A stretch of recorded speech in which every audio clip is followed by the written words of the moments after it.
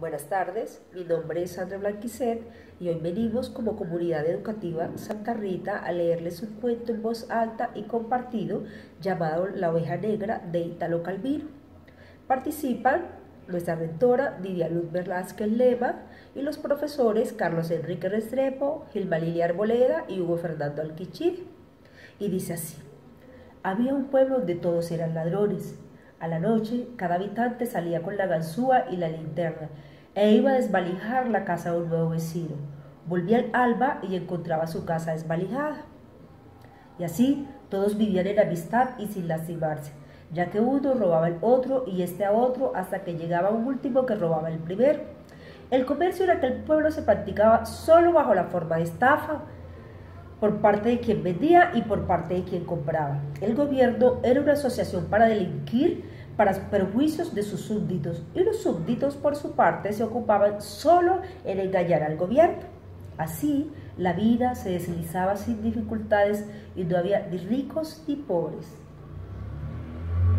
No sabe cómo ocurrió, pero en ese pueblo se encontraba un hombre honesto. Por la noche, en vez de salir con la bolsa y la linterna, se quedaba en su casa a fumar y leer novelas. Venían los ladrones, veían la luz encendida y no entraban. Esto duró poco, pues hubo que hacerle entender que si él quería vivir sin hacer nada, no era una buena razón para no permitir que los demás lo hicieran. Cada noche que él pasaba en su casa, era una familia que no comía al día siguiente. Frente a estas razones, el hombre honesto no pudo oponerse. Acostumbró también a salir por las noches para volver al alba, pero insistía en no robar. Era honesto y no quedaba nada por hacer. Iba al puente y miraba correr el agua. Volvía a su casa y la encontraba desvalijada. En menos de una semana el hombre honesto se encontró sin dinero, sin comida y con la casa vacía. Pero hasta aquí nada malo ocurría porque era su culpa. El problema era que por esta forma de comportarse todo se desajustó. Como él se hacía robar y no robaba a nadie, siempre había alguien que volviendo a su casa la encontraba intacta, la casa que él hubiera debido desvalijar.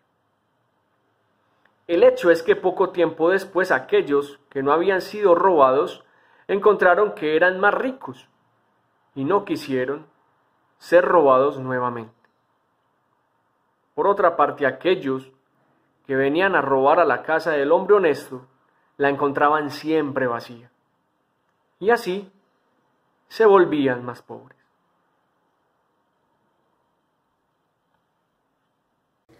Mientras tanto, aquellos que se habían vuelto ricos tomaron la costumbre también ellos, de ir al puente por las noches para mirar el agua que corría bajo el puente. Esto aumentó la confusión, porque hubo muchos otros que se volvieron ricos y muchos otros que se volvieron pobres.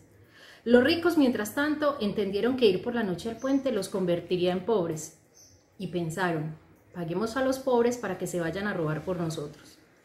Se hicieron contratos, se establecieron salarios y porcentajes. Naturalmente, siempre había ladrones que intentaban engañarse unos a otros, pero los ricos se volvían más ricos y los pobres más pobres.